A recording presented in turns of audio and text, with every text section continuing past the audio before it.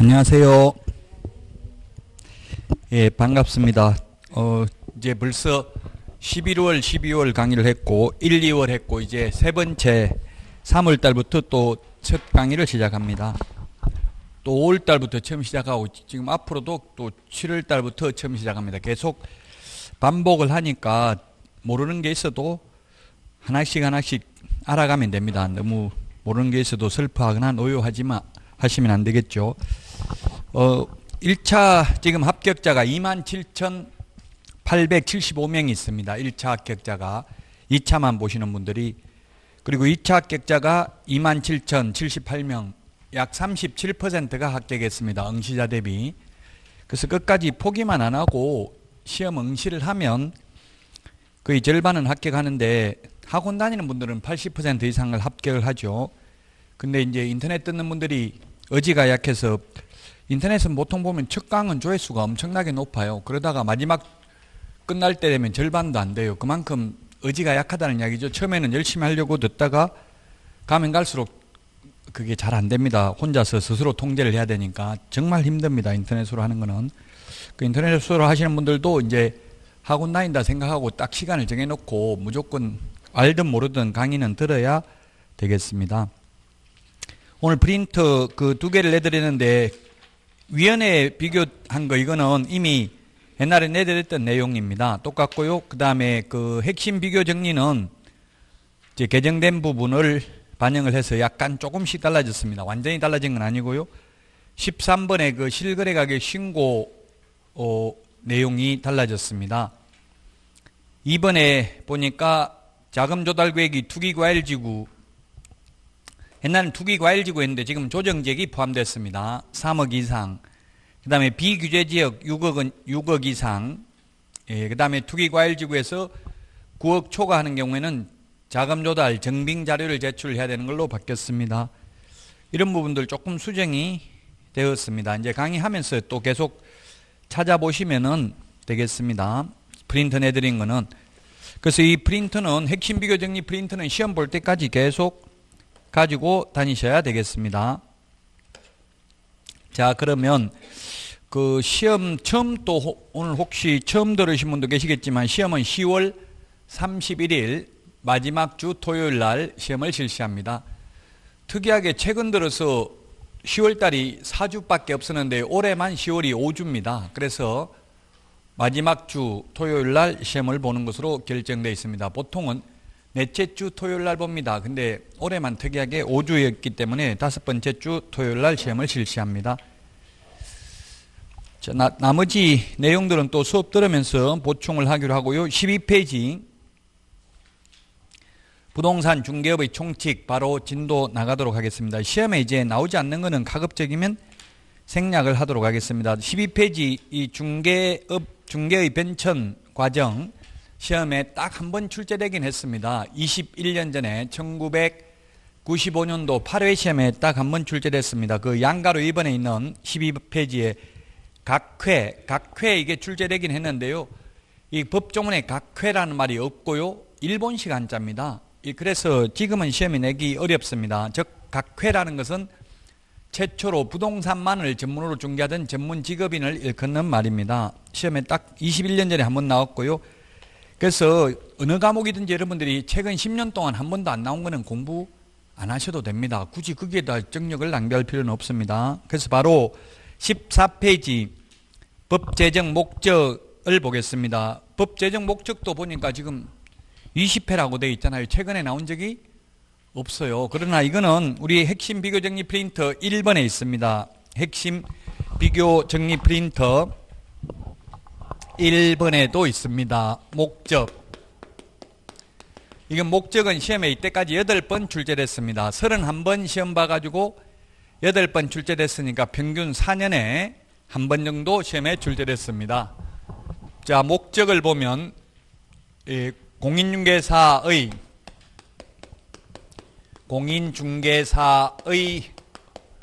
업무 등에 관한 사항을 정하여 그 공인중개사의 업무 등을 정하여 그 전문성을 제고하고 그 전문성을 제고하고 부동산 중개업을 건전하게 육성하여 국민 경제에 이바지하는 게 목적입니다. 국민 경제에 이바지. 옛날에는 국민 경제에 이바지가 아니라 국민 재산권 보호였는데 개정됐습니다. 그래서 시험에 국민 재산권 보호 하면 X입니다. 그럼 국민 재산권 보호와 국민 경제에 이바지가 어떻게 다르냐? 이건 논리적으로 따지면 답이 안 나옵니다. 그냥 그래서 국민재산권 보호, 공공복리 사실은 비슷한 의미입니다. 공공복리 하면 X입니다. 그래서 공법의 아마 목적도 보면 국토의 계획 및 이용에 관한 법률부터 쭉 보면 공공복리라는 말이 많이 들어가 있을 겁니다. 공법이라는 것은 개인을 위해서 있는 게 아니라 공공복리를 위해서, 여러 사람을 위해서 한 사람의 재산권을 희생시킬 수 있는 거죠. 예를 들면 도로 확장하려고 하는데 나는 절대 내 땅 못 내준다, 이렇게 하면 강제로 수용할 수도 있는 게 공법입니다. 공공복리를 위해서. 그러나 우리 공인중개사법에서는 국민경제 이바지라고 되어 있습니다. 그래서 국민재산권 보호, 공공복리 하면 X고요. 그 다음에 논리적으로 따지면 이게 안 맞는 게 많아요. 그러나 그냥 단순히 이거는 암기입니다.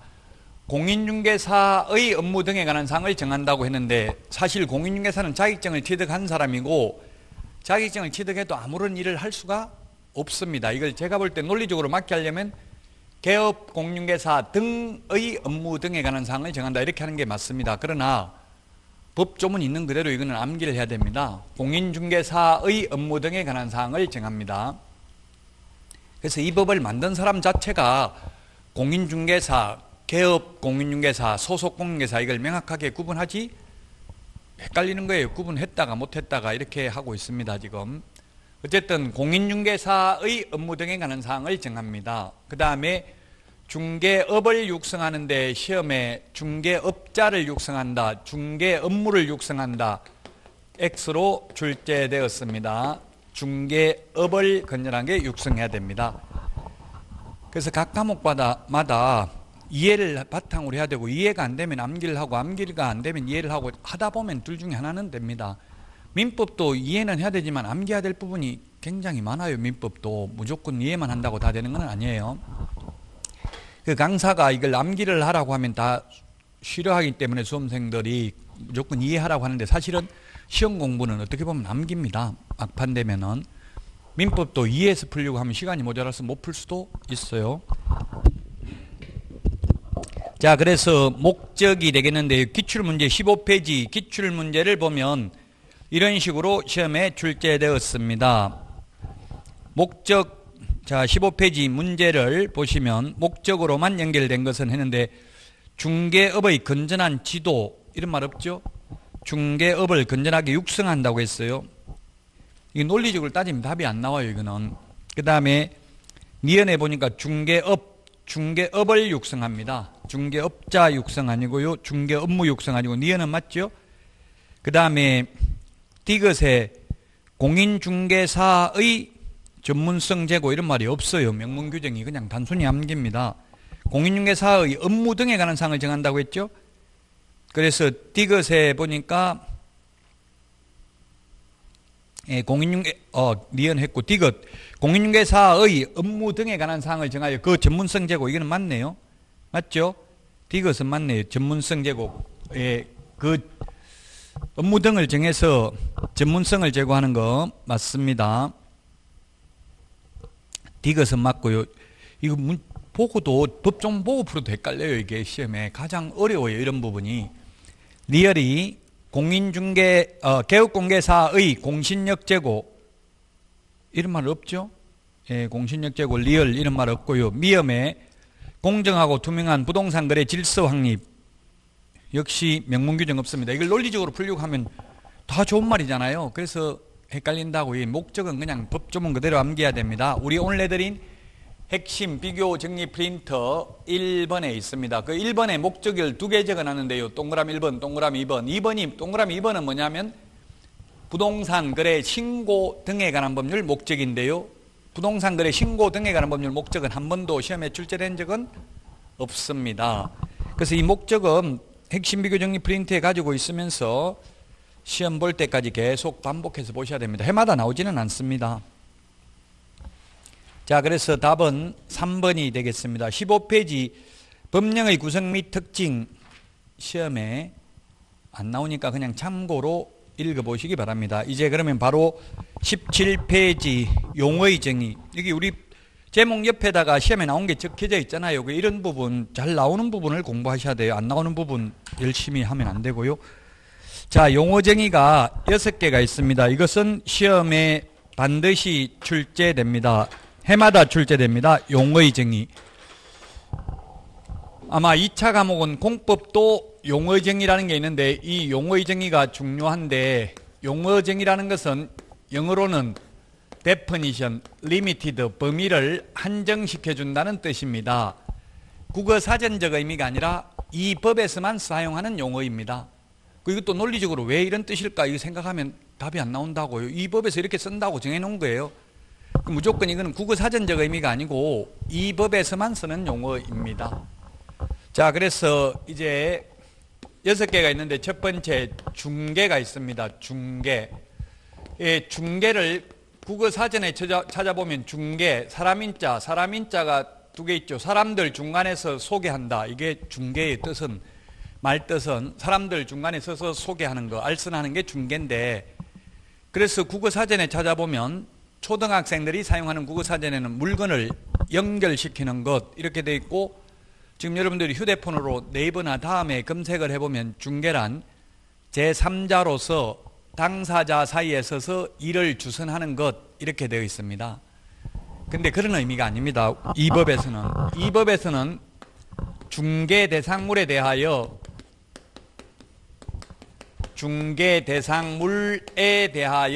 거래 당사자 간의 매매, 교환, 임대차뿐만 아니라 그 밖의 권리의 득실 변경에 관한 행위를 알선하는 것을 말한다. 공인중개사법 전체에서 이 용어 정의와 중개대상물이 가장 어렵습니다. 가장 어렵다는 것은 아마 혹시 여러분들은 다른 선생님들 강의를 안 들어보셨는지 모르겠지만 강의하는 강사들마다 조금씩 해석이 다를 수도 있어요. 왜? 법조문에도 없고 판례도 없고 해석을 하다 보니까 나름대로 해석이 달라질 수도 있죠. 그래서 어렵다는 얘기예요. 그래서 시험에는 거의 안 나오는데 그래도 나올 수도 있어요. 나와가지고 그래서 항상 이 신청이 여기서 됩니다. 이 용어 정의와 중개대상물에서.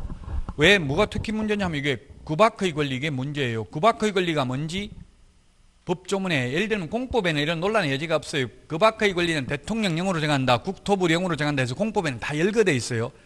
세법도 열거주의입니다. 세금 부과하는 게 다 열거되어 있죠. 예, 그래서 세법 같은 거는 논란의 여지는 없습니다. 암기할 게 많아서 그렇지. 근데 우리는 이게 그 밖의 권리가 뭔지 규정이 없기 때문에 논란의 여지가 있다는 이야기입니다. 만약에 세법에서 가상화폐를 팔아가지고 소득이 남았으면 양도소득세 내요, 안 내요? 안 내요. 왜냐하면 양도소득세 낸다는데 열거되어 있지 않다고 그게 규정이 없어요. 규정 없으면 세금 안 내요. 딱 열거되어 있는 대로만 세금 냅니다. 그러니까 법이라는 게 이게 성문법 앞에 안 했습니다만 성문법의 한계가 이런 게 있습니다. 성문법 법조문에 있는 거는 새로운 어떠한 재화가 생기면 그거는 또 이제 자꾸 그걸 차익을 많이 올리면 또 그 세법을 개정해서 앞으로 양도소득세 낸다고 정할 수도 있겠죠. 그렇지만 지금은 규정이 없기 때문에 세금 안 냅니다. 양도소득세. 그래서 어쨌든 이 그 밖의 권리가 뭔지 논란의 여지가 있다는 이야기입니다. 매매, 교환, 임대차는 딱 명확하게 돼 있으니까 상관이 없는데 이게 현실적으로는 그 밖의 권리 하는 게 없어요. 현실적으로는 매매 아니면 임대차 2개거든요. 사실은.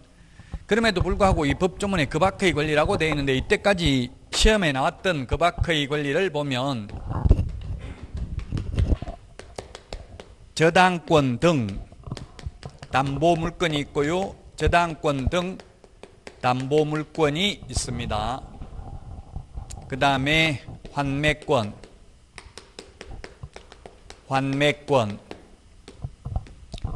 유치권, 그 다음에 법정지상권,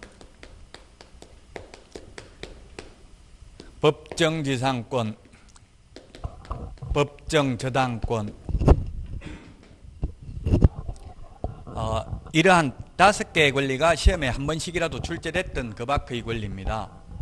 그 중에서 지금 이 중에 판례가 있는 게 유치권하고 저당권 2개밖에 판례가 없습니다. 그런데 시험에는 판례도 없는데 법조문에도 없는데 해석상 출제가 됐다는 이야기입니다.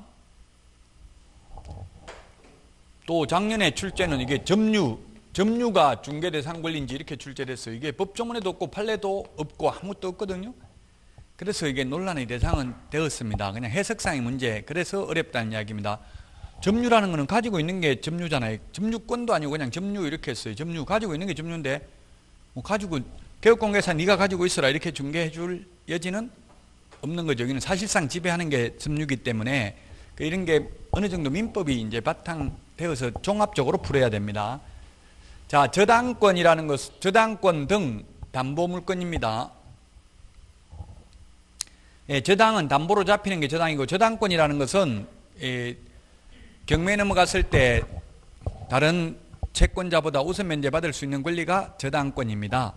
이 저당권 등 담보물권이라고 했을 때 이게 법조문도 없는데 그냥 해석상 여기서 등이란 원래 담보물권이 뭐가 있어요? 유치권, 질권, 저당권이죠. 유치권, 질권, 저당권을 말하는 게 아니라 여기서 등은 해석상 근저당, 담보가등기, 뭐 양도담보 이런 거라고 해석을 해야 됩니다. 질권은 중개상 권리가 아닙니다. 질권은 동상권리 질권이기 때문에 또 이 저당권이 금전 소비대차에 부수하여 이루어졌다 하여 달리 볼 것도 아니다. 이런 판례가 있습니다.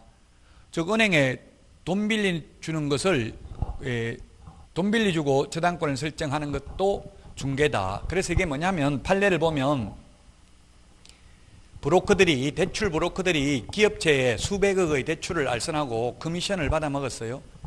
그걸 처벌하려고 하니까 마땅한 법이 없다 보니까 그 저당권 설정을 알선하는 것도 중개다. 중개를 계속하면 중개업이다. 즉 개업공개사가 아닌 자가 중개를 계속 업으로 하면 무등록 중개업자로 3년 이하의 징역이나 3천만 원 이하의 벌금에 처한다는 판례입니다. 대출 브로커들 몇 억씩 계속 받아 먹었다면 그 저당권 설정을 알선하는 것도 중개다. 판례가 환매권, 환매라는 게 민법에도 환매가 있고 공법에도 환매가 있죠. 공법이 없나요? 못 들어봤어요? 예, 공법에 환매, 다시 사는 게 환매거든요.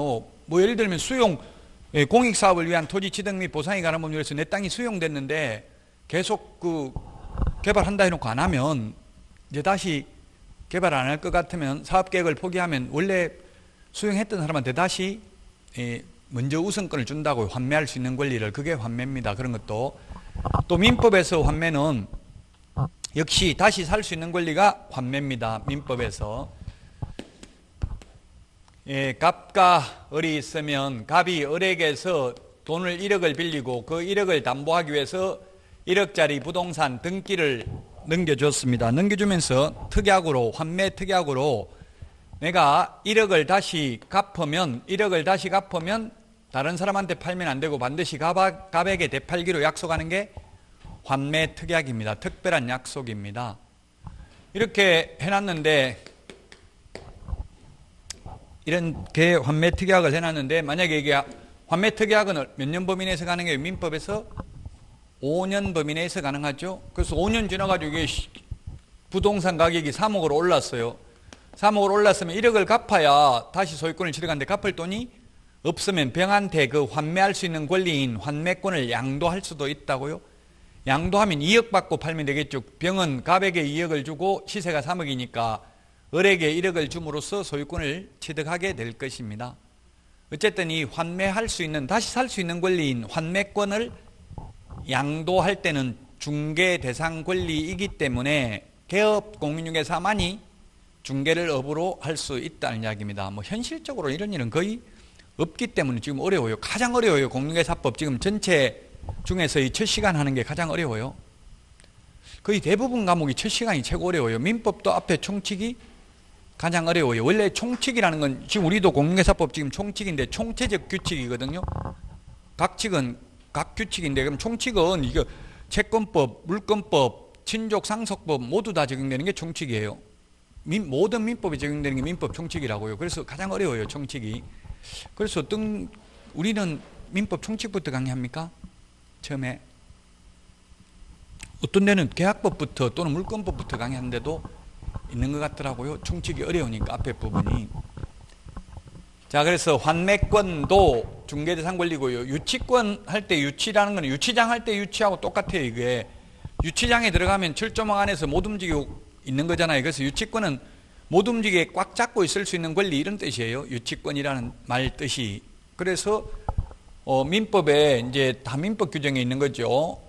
그 물건에 관하여 생긴 채권이 변제기가 경과되어야 하고요. 점유하고 있으면 당연히 유치권을 행사할 수 있습니다. 꽉 잡고 있을 수 있습니다. 즉 아파트 공사를 했는데 공사비를 안 주면 그 아파트를 유치해 가지고 안 나가고 버틸 수 있는 힘이 유치권입니다. 공사비 다 받을 때까지.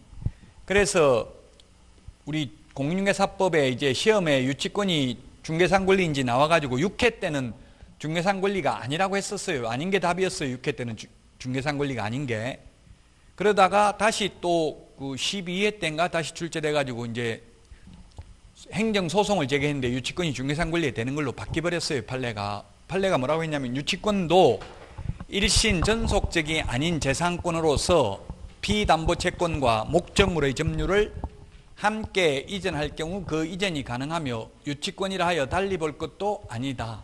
이렇게 판례가 나왔어요. 그래서 결론은 유치권도 이전할 수 있다. 이전 양도할 때는 중개산 권리이다. 그래서 이 세 개는 설정 또는 성립에는 중개 개입 여지가 없다.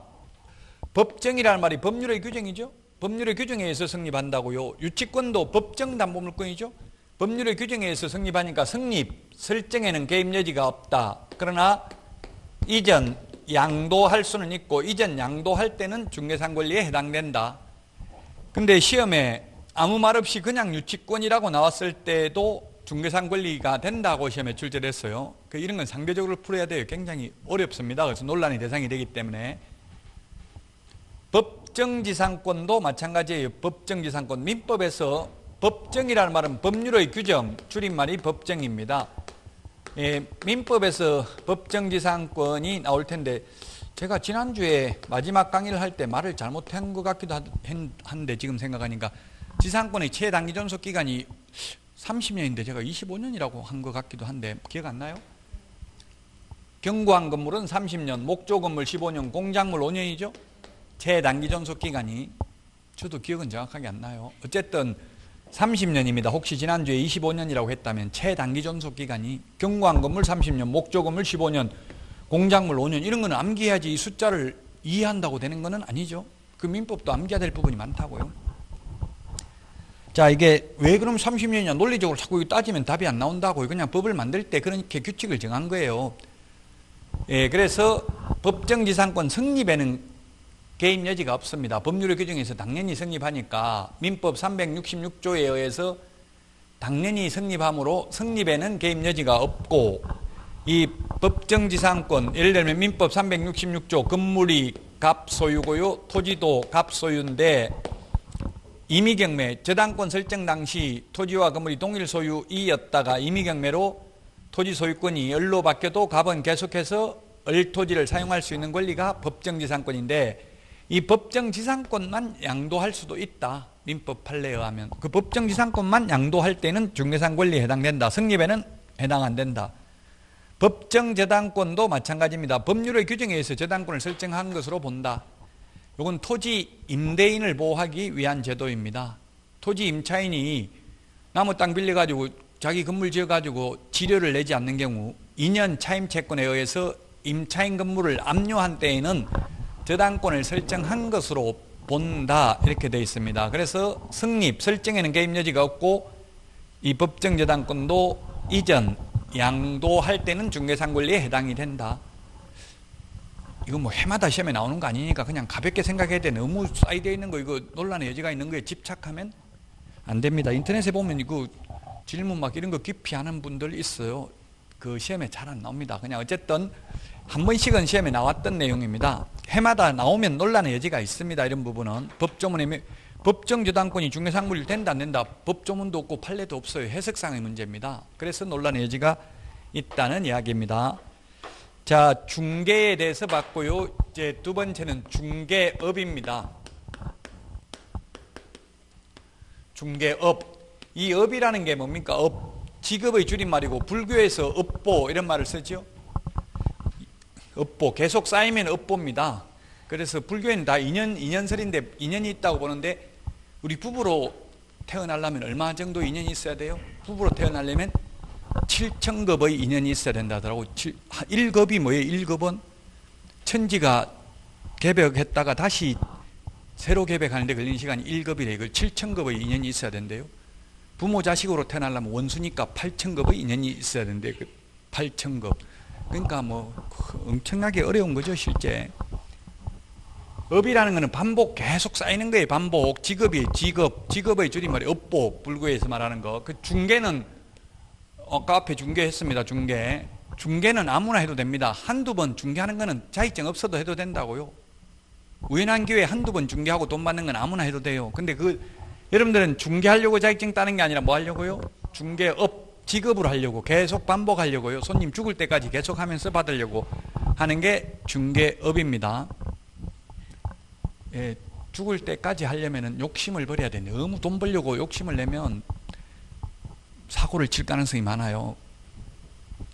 그냥 되는 대로 살아야 돼요. 너무. 저도 어제 또 와이프하고 싸우고 나왔는데 보니까 아니 뭐 신문에 나왔더라. 로또 아파트 당첨되면 바로 뭐 5개 하면 10억 남는다, 2배 남는다.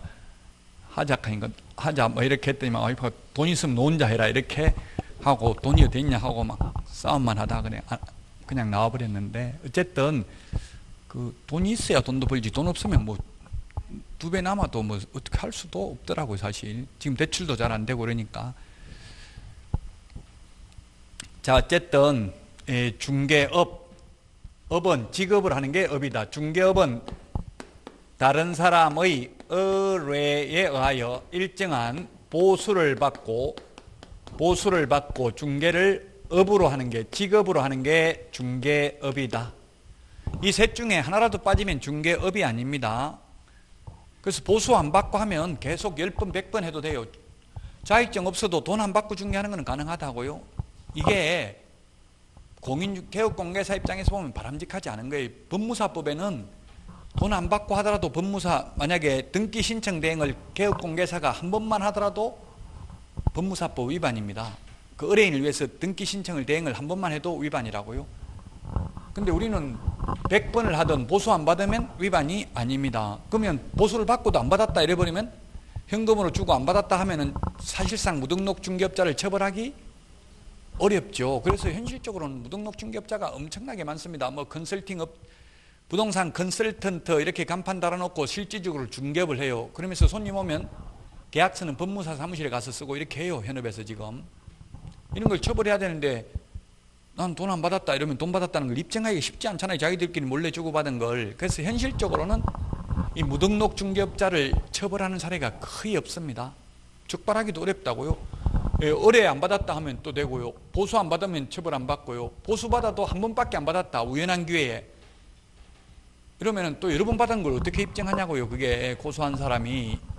그래서 정말 처벌하기 어렵습니다. 업이 되려면 직업인데요. 직업은 불특정 다수와 계속 반복하거나 반복 의사가 있어야 직업이 됩니다. 불특정 다수여야 됩니다. 어제 보니까 왜 식당에 일하는 분 보고 고모라고는 안 하고 이모라고 하는지 나와 있더라고요. 뭐 이모는 엄마 동생이나 뭐 언니니까 도와주는데 고모는 엄마 부리 먹는 여자라서 안 부른다고 뭐 이렇게 하던데 고모라고는 말을 안 하잖아요. 식당에 있는 분 보고 이모 이렇게. 이모가 친근한가 봐요. 이모는 엄마를 도와주고 그래서.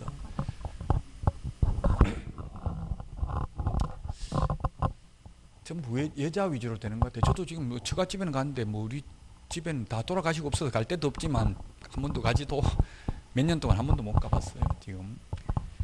불특정 다수입니다. 그래서 특정인하고 이모하고 고모하고 중개하려면 자격증 안 따도 돼요. 이모 고모한테.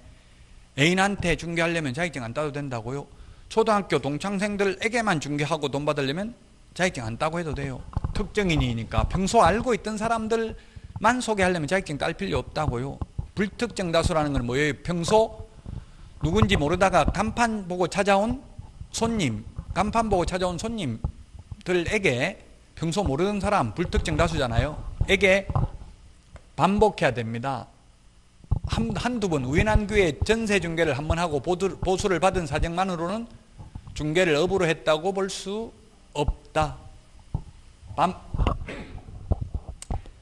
또 반복하지 않았지만 반복 의사가 있는 것. 반복 의사가 뭐예요? 간판이에요. 간판 달고 했다면 한 건만 해도 중개업이에요. 간판을 달았다는 것은 손님 오면 계속 받을 의사가 포함되어 있죠. 그래서 간판 달고 하면 이건 단 한 번만 해도 중개업이 되겠습니다. 그래서 가장 이제 어려운 거 중개와 중개업을 했는데요. 우리 교과서 17페이지에 보니까 3번, 제가 2번이 공인중개사하고 3번이 중개업인데 그 법조문 순서는 바뀌었습니다. 2번하고 3번이. 3번, 왜냐면 순서 비슷한 것끼리 묶으려고요. 3번 공인중개사,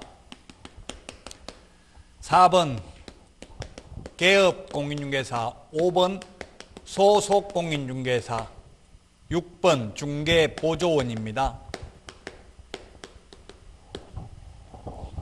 예, 3번 공인중개사는 이 법에 의해서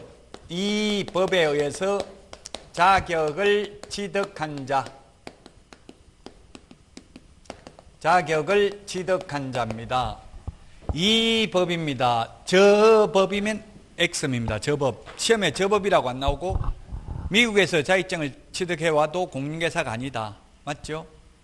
이 법에 의해서 자격을 취득해야 됩니다. 미국 사람이 우리나라에서 자격 취득하면 공인중개사입니다. 그러나 우리나라 사람이 미국 자격증 취득해도 공인중개사 아닙니다. 즉 미국 공인중개사 자격증, 미국 의사 자격증, 미국 변호사 자격증 가지고 우리나라에서 개업 못합니다. 뭐 국제 변호사, 미국 변호사 이런 말 많이 하는데 그분들은 자문만 하는 거지 직접 변론은 못해요. 우리나라에서 변호사 등록은 안 됩니다. 이 법, 즉 우리나라에서 자격을 취득해야 됩니다. 우리나라 시도의사가 실시하는 시험에 응시해서 합격해야 됩니다. 지금 뭐 중국 동포나 베트남 분들, 합격하신 분들 저는 봤어요. 그런 분들은 공인중개사입니다. 그러나 외국에서 자격증을 따도 공인중개사가 아니다. 단순히 자격을 취득한 자입니다. 자격을 취득한 자, 시험에 자격을 취득하여 중개업을 영위하는 자 하면 X입니다. 지금 9시 뉴스나 이런 데 텔레비전에 보면 부동산 가격이 올라간다 내려간다 해가지고 인터뷰 나오는 거 보면 공인중개사 이렇게 많이 나와요. 개업 공인중개사니 또는 소속 공인중개사니 이렇게 나오는 거는 거의 못 봤죠. 그 일반인들은 구분 잘 못해요. 그냥 자격증 따가지고 개업한 사람을 공인중개사라고 생각하는 경우가 있다고요.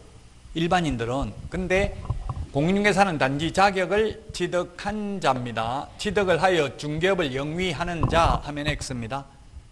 자격증을 취득한 자가 공인중개사고요. 자격증을 취득해서 개업을 한 사람이 개업공인중개사입니다. 2014년도에 바뀌었는데요. 옛날에는 이제 6년 됐네요. 옛날에 뭐라고 불렀느냐면 중개업자라고 불렀습니다. 아직도 뉴스에 중개업자라고 나오는 경우도 있습니다. 또는 중개인이라고 나오는 경우도 있습니다. 그 중개인이라는 것은 그냥 국어사전적으로 중개하는 사람 이런 뜻이에요. 이게 우리 법에 있는 게 아니고요. 우리 법에는 중개인이라는 말은 없습니다. 중개업자라고 옛날에 불렀는데 사채업자, 청부사례업자, 이게 업자라는 말이 부정적 의미가 강해서 지금은 개업공인중개사입니다. 개업공인중개사는 개업을 했구나. 자격증 따가지고 이렇게 어느 정도 알 수가 있습니다. 그래서 개업공인중개사인데 개업공인중개사는 이 법에 의해서 공인중개사법에 의해서 중개사무소 개설 등록을 한 자입니다. 등록을 한 자. 자, 그래서 개업공인중개사는 등록을 한 자인데 등록을 한 자, 등록을 하여 중개업을 영위하는 자 이런 말 들어가면 X입니다. 딱 있는 그대로 답해야 됩니다.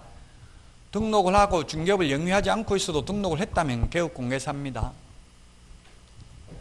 개업공인중개사의 종류에는 세 가지가 있다. 개업공인중개사의 종류. 법인인 개업공인중개사. 법인은 법적으로 사람, 쉽게 말하면 회사입니다. 회사. 무슨 중개법인, 중개주식회사 이런 게 법인입니다. 법적으로 사람입니다. 법적으로 사람이 되려면 법인은 등기라는 공시방법을 갖춰야 됩니다. 등기된 법인을 말합니다. 등기 안 된 법인은 민법에서 총류라고 하죠. 비법인 사단. 법인이 있고요. 그 다음에 두 번째는 공인중개사 자격증을 따서 개업을 한 공인중개사인 개업공개사가 있고요. 세 번째는 소위 중개인인데, 중개인이란 말은 법조문에는 없다고 했습니다. 법조문에는 뭐라고 되어 있냐면은 법 7638호 부칙 제6조 2항의 규정에 의해서 중개사무소 개설 등록을 한 것으로 본 자. 등록을 안 했는데 한글로 본다고요? 자격증을 안 땄는데 딴 걸로 보는 거예요. 중개인, 옛날에 복덕방 하던 분들, 이 세 가지 종류가 있습니다.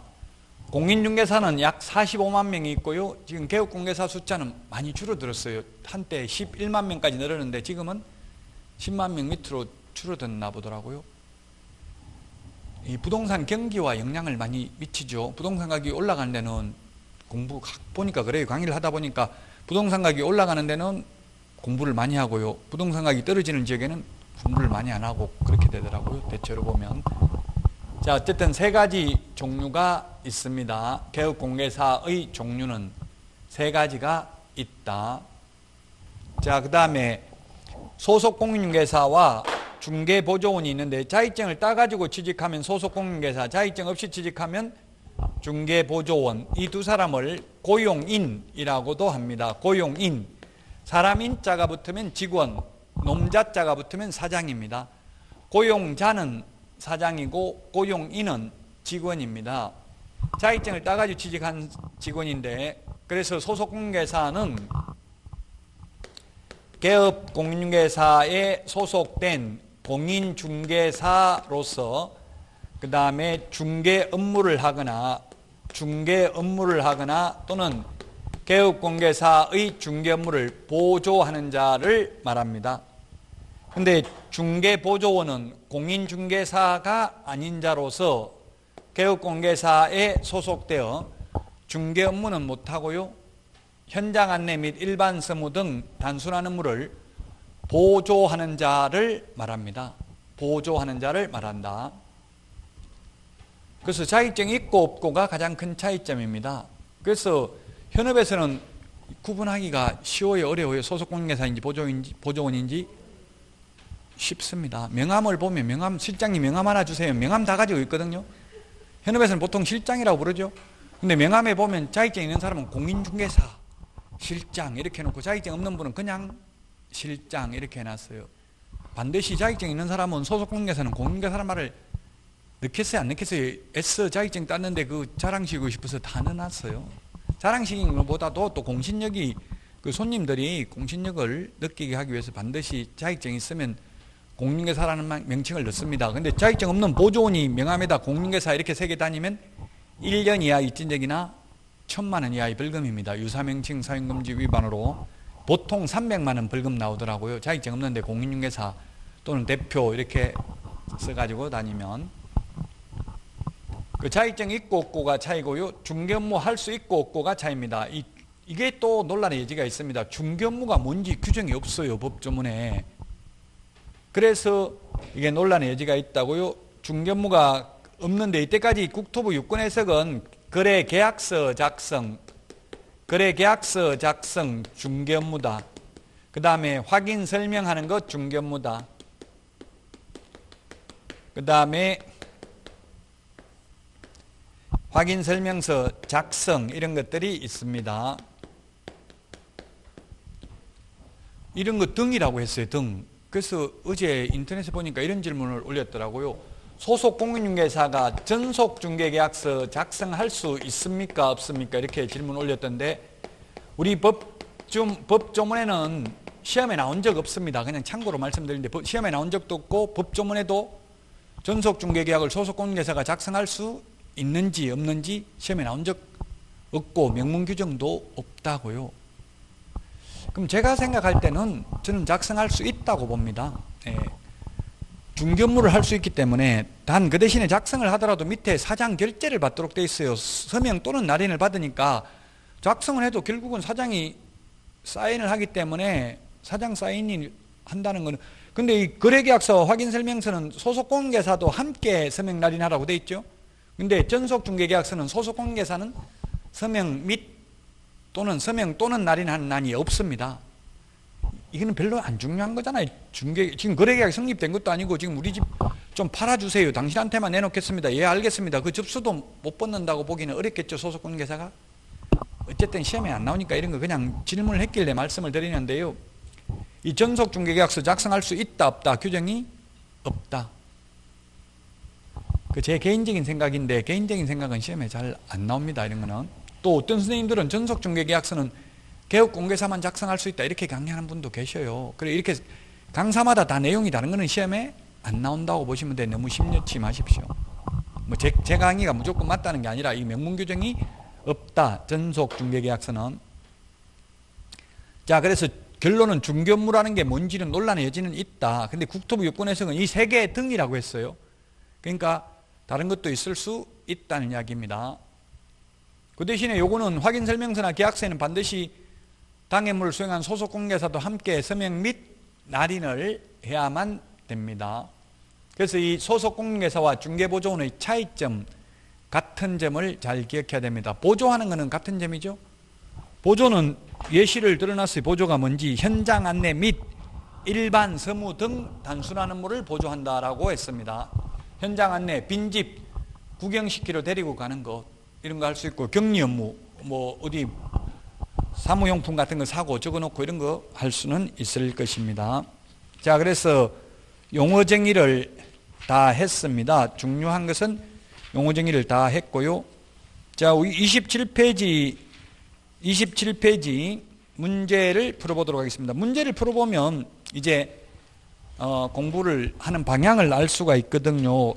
옳은 것은 했는데 1번 반복, 계속성이나 영업성 없이 우연한 기회에 타인 간의 임야, 매매, 중개 행위를 하고 보수를 받은 경우 중개업에 해당한다. 우연히 하면 안 된다 했죠. 업보, 직업, 반복하는 게 업이다. 그래서 1번 틀렸고요. 2번 중개사무소 개설 등록을 하지 않은 자가 일정한 보수를 받고 중개를 업으로 한 경우 중개업에 해당되지 않는다 했는데, 중개업은 다른 사람의 의뢰에 의하여 일정한 보수를 받고 중개를 업으로 하면 중개업이지, 등록하고 안 하고는 상관이 없어요. 그 등록하지 아니하고 이 중개업을 하는 사람을 우리는 물론 무등록 중개업자라고 편의상 불러서 처벌을 하죠. 중개업입니다. 등록하지 않고 하더라도 이렇게 하면. 그 등록하지 않고 이렇게 중개업을 해도 된다는 뜻은 아닙니다. 중개업을 하면 안 됩니다. 중개업은 중개업입니다. 등록을 했든 안 했든 이렇게 의뢰, 보수, 업 세 가지가 들어가면. 물론 이런 무등록 중개업자는 3년 이하의 징역이나 3천만 원 이하의 벌금에 처하지만 중개업이죠. 예, 그래서 2번도 틀렸습니다. 중개업에 해당합니다. 그 다음에 3번 일정한 보수를 받고 부동산 중개 행위를 부동산 컨설팅에 부수하여 업으로 한 것은 중개업에 해당하지 않는다. 업으로 했다면 중개업에 해당됩니다. 이게 뭐냐면 무등록 중개업자가 적발됐어요. 그러니까 무등록 중개업자가 나 중개는 몇 건 안 하고 컨설팅 위주로만 했는데요 이렇게 한 거예요. 그럼 검사가 어쨌든 몇 건 하긴 했잖아. 중개업을 하니까 예, 몇 건 하긴 했는데요. 그 몇 건 했으면 그건 업으로 했기 때문에 중개업이다. 컨설팅에 부수해서 이루어졌다 하더라도 무등록 중개업자가, 즉 컨설팅업자가 적발되면 나는 컨설팅 위주로 하고 딱 적발됐으니까 적발된 거 이거 말고는 거의 안 했습니다. 이렇게 하니까 검사가 거의 안 해도 어쨌든 몇 개 하긴 했잖아. 이러니까 예, 몇 개 조금 하긴 했습니다. 그러면 부수적으로 했다 하더라도 업으로 직업으로 했으면 중개업이다. 그래서 무등록 중개업자로 처벌받는다는 이야기입니다. 컨설팅업자라 하더라도, 컨설팅에 부수하여 이루어졌다 하더라도. 4번입니다. 보수를 받고 오로지 토지만 중개를 업으로 한 경우 중개업에 해당한다. 예, 토지만, 오피스텔만, 아파트만 해도 중개업이죠. 특정인하고 하면 중개업이 아니에요. 이모에게만, 고모에게만 하면 중개업이 아닌데 오피스텔만 해도 중개업이죠. 특정 중개대상 물만 업으로 해도 중개업입니다. 그러나 특정인하고만 하면 중개업이 아니다. 평소 알고 있던 사람한테만 중개를 하는 건 중개업이 아니다. 이런 분들 많아요. 토지만 또는 뭐 오피스텔만, 이 약국만 이런 거 특정된 중개상물만 하는 분들 많이 있더라고요. 그래도 중개업이다. 학원 건물만, 제가 아는 분은 그 피아노 학원 하다가 그만두고 자격증 따가지고 피아노 학원만 중개를 업으로 하더라고요. 그냥 카페 이런 게 있나 봐요. 네이버 카페나 이런 게 그 올리는 거, 매물 올리는 데가. 그런 것만, 그건 사무실도 그냥 조그만한데 어디 다른 사무소에 공동으로 조그만하게 그냥 해놓고 돌아다니면서 하더라고요. 그 사이트에 그 전문적으로 그 하는 약국 같은 거 이런 것만 하는 분들은 그런 식으로 해요. 그 다니면서 약국 같은 게 권리금 비싼 거는 10억짜리도 있대요. 메디컬 센터 이렇게가 1층에 약국 있고 그 전부 완전 병원 건물만 있잖아요. 그런 건 보통 건물주들이 많이 하거든요. 1층에 그 다른 병원 유치해 가지고 그 돈 되잖아요. 그런 거는. 종합병원 앞에 가도 뭐 약사들 여러 명 고용되어 있는 경우 많더라고요. 줄 서가지고 약 타야 되고 이런 데 많아요. 어쨌든 그런 거는 이제 자격증 따가지고 돈 버는 거는 고민하시면 됩니다. 4번이 정답이고요. 5번 타인의 의뢰에 의하여 일정한 보수를 받고 부동산에 대한 저당권 설정 행위의 알선을 업으로 한 경우 그 행위가 금전소비대차 알선에 부수하여 이루어졌다 하여 달리 볼 것도 아니다. 역시 중개업에 해당한다. 금전소비대차 돈 빌려준 거에 쉽게 말하면 차용증 받고 우리 그 대차라는 게 임대차, 금전소비대차, 사용대차 민법에 3개가 있어요. 금전소비대차는 민법 시험 범위가 아니니까 시험에 잘 안 나옵니다. 금전소비대차는 다 소비하고 다른 걸로 바꿔서 줄 수 있는 거예요. 돈 쓴 거 옛날에 빌린 돈 그대로 갚아야 되는 거 아니죠? 쓰고 다른 돈으로 갚아도 되는 거예요. 소비하고 나서. 그래서 소비대차입니다. 4번이 정답이 되겠습니다. 자, 그 다음에 31페이지 보겠습니다. 31페이지.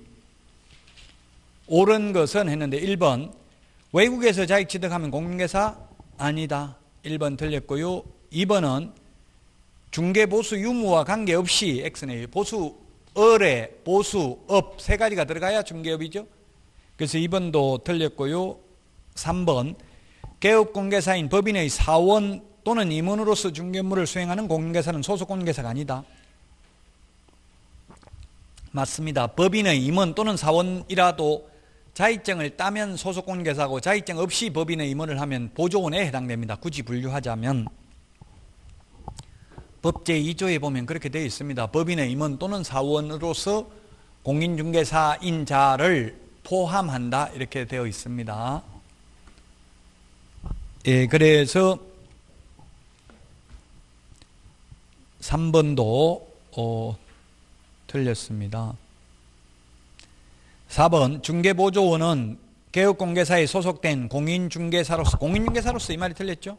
공인중개사가 아닌 자로서 현장 안내 및 일반 서무 등 단순한 업무를 보조하는 자, 아닌 자로서입니다. 공인중개사가 보조원은 공인중개사가 아닌 자로서. 그래서 4번도 틀렸고요. 5번 개업공인중개사의 행위가 손해배상 책임을 발생시킬 수 있는 중개행위에 해당되는지는 객관적으로 보아 사회통념상 알선의 중개를 위한 행위인지 여부를 보고 판단해야 된다. 맞습니다. 객관적 밑줄 치십시오. 객관적.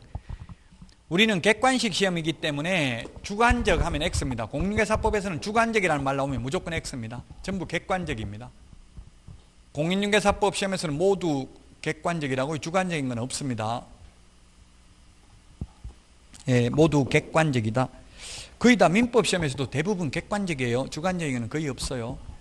다 객관적이다. 즉 이게 뭐냐면 판례를 읽어보면 그 매수인이 매도인에게 전달해달라고 계약금 중도금을 맡겨놨어요. 실장한테 좀 그 전달해달라고. 근데 떼먹고 실장이 도망가 버렸어요. 내일부터 출근을 안 해버렸어요. 돈 가져가서.